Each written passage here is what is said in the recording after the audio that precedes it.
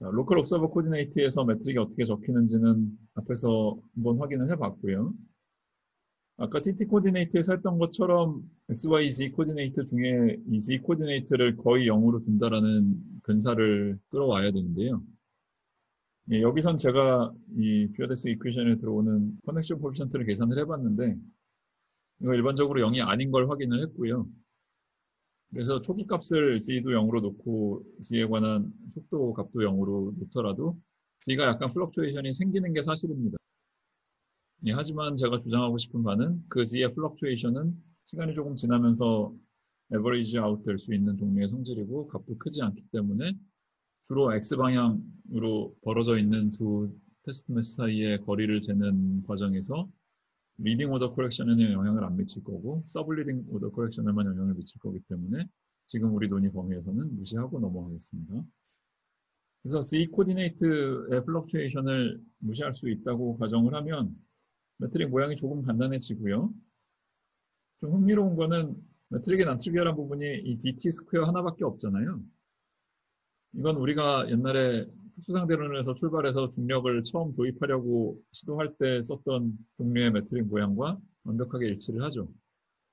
그때와 달라진 점이 뭐가 있냐라고 물으면 그때는 계산의 편의상 요 뉴토니안 포텐셜에 해당되는 파이라는 함수가 스태틱한 경우, 즉 타임 디펜던스가 없는 경우만 생각을 했었는데 중력파가 타임 디펜던스가 없을 수는 없고요. 시간이 지남에 따라서 오실레이트 하는 게 파동의 숙명이니까. 그래서 저 x제곱 마이너스 y제곱 곱하기 ht라는 함수를 뉴턴니언 포텐셜 같은 모양으로 둔갑을 시켰다고 해도 타임 디펜던스가 있다는 사실은 변치 않습니다. 뉴턴니언 근사를 써서 x, y 코디네이트에 관한 이퀘이션 오브 모션을 유도를 할 수가 있고요. x의 가속도가 x에 비례하는 모양, y의 가속도가 y에 비례하는 모양으로 나오고요. 여기 대문자 ht는 저쪽 tt 코디네이트에서 도입했던 소문자 h 기준으로 보면 두 번 미분한 관계를 가지고 있습니다. 이퀘이션 오브 모션을 정확히 푸는 건 좀 어려울 수 있는데 역시 저 h라는 함수가 작다라는 걸 이용을 해서 근사적으로 푸는 건 어렵지 않게 할 수가 있고요. 초기 조건은 적당한 상수값 x0, y0를 주고 속도 값은 0이라고 줬다고 하고요. 그럼 리딩 플럭추에이션은 저 운동방정식의 우변에다가 상수값을 집어넣은 거를 익스터널 컨디션으로 해서 가변의 플럭추에이션에 관한 이퀘이션을 푼다고 치면 그냥 저 소문자 h라는 함수의 앞에 비례상수만 초기 조건에 들어온 x0, y0가 들어오도록 답을 적을 수가 있고요. 근사적으로 푼 겁니다. h에 대한 리딩 오더에서. 한 가지 코멘트 할 거는 이 뉴토니안 포텐셜이 타임 디펜던스가 있기 때문에 에너지 컨서베이션 같은 거는 쓸 수 없어요. 뭐 그렇게까지 중요한 사실은 아니지만 굳이 코멘트를 하는 이유는 뉴턴이안 관점에서 봤을 때 에너지가 컨서브가 되면 딱히 중력파의 효과를 디텍트하기가 어렵다는 종류의 아규먼트가 있더라고요. 자, 그런데 더 진도를 나가기 전에 좀 조심스럽게 생각해 봐야 될 게 여기 이 x, y라는 코디네이트가 매트릭에 대놓고 들어오잖아요. 그 말은 이 매트릭을 놓고 액면가만 보면 x방향, y방향 트랜스레이션 시메트리가 깨진 것처럼 보인다고요. 근데 TT 코디네이트에서는 분명히 트랜스레이션 시메트리가 있었단 말이죠. 시메트리라는 개념도 코디네이트 인디펜던트한 개념이어야 마땅해요. 그러면 TT 코디네이트에 있었던 트랜스레이션 시메트리가 아예 없어진 거냐? 그럴 순 없죠. 이 로컬 옵서버 코디네이트 대문자 XY 쪽으로 와도 트랜스레이션 시메트리가 있긴 있는데 다만 이 코디네이트 시스템에서 자명하게 보이진 않는 거예요. 다시 말해서 소문자 X, 소문자 Y 베이시스 벡터가 킬링 벡터였다라는 사실이 이쪽 코디네이트에서는 훨씬 더 복잡한 모양의 킬링 벡터가 존재해야 된다는 식으로 응답을 하는 거죠. 근데 뭐 킬링 이퀘이션을 들여다보는 것도 나름 의미는 있을 수 있지만 그거보다는 좀 더 실험에 가까운 사고 실험을 해봅시다. 아까 TT 코디네이트에서 자로 재는 것과 빛으로 재는 것 두 가지를 했었잖아요. 둘 다 이쪽 코디네이트에서 반복을 하는 건데요. 그럼 서로 다른 두 점에서 이니셜 컨디션을 잡아요. 하나는 대문자 x0라고 하고 다른 하나는 대문자 x0 플러스 l이라는 상수로 하고요.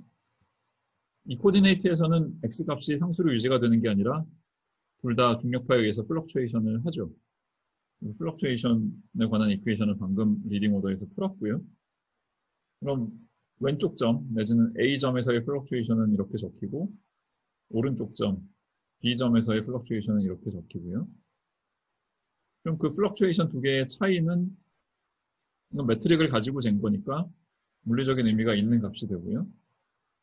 이 차이 값은 2분의 1 L 곱하기 HT가 되는데 여기는 더 이상 초기 값에 대한 의존도가 안 들어옵니다.